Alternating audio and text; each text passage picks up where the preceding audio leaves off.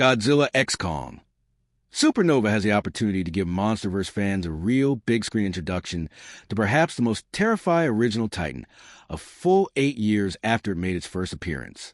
Set to release in March 2027, Godzilla x Kong. Supernova will be the 6th movie in the interconnected legendary Monsterverse, and the 3rd that sees Godzilla and Kong share screen.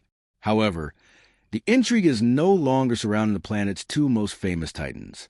While Monsterverse fans are always interested in seeing how Godzilla and Kong will power up in order to take on the latest threat, the more interesting speculation and theorizing is related to the other Titans that will appear in the movie. The most popular theory for GXK, Supernova deals with the arrival of Space Godzilla as the movie's big bad, but it's now become the standard for several different major Titans to make appearances in each movie.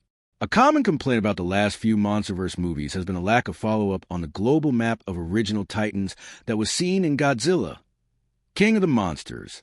We've seen several of the planet's more famous Titans since then, but ever so briefly.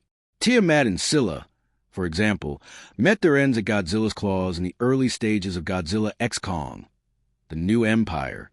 It's time for one of the Monsterverse's most terrifying Titans to make an appearance, and Godzilla x Kong. Supernova is a perfect opportunity.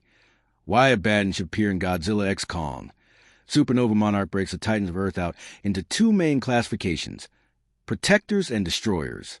One of the most antagonistic destroyers is undoubtedly the massive spider Titan named Abaddon. In Godzilla, King of the Monsters, Abaddon broke free from Outpost 77 at Devil's Tower, Wyoming, when Ghidorah's call stirred all the planet's Titans to destruction. Abaddon is positively terrifying to look at, as its cephalothorax, where its head attaches to its body, is shaped like a human skull, and it houses a set of grotesque animalistic jaws and fangs underneath 8 pale eyes.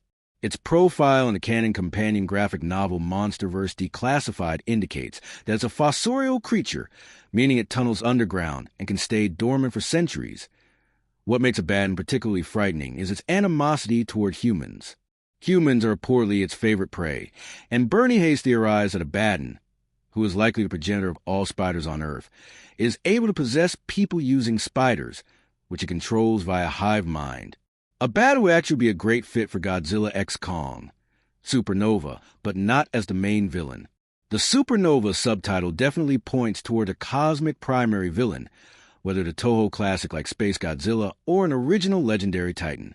However, it seems unlikely that we'll ever go back to just one villainous Titan after breaking the tag team battle seal with Scar King and Shimo.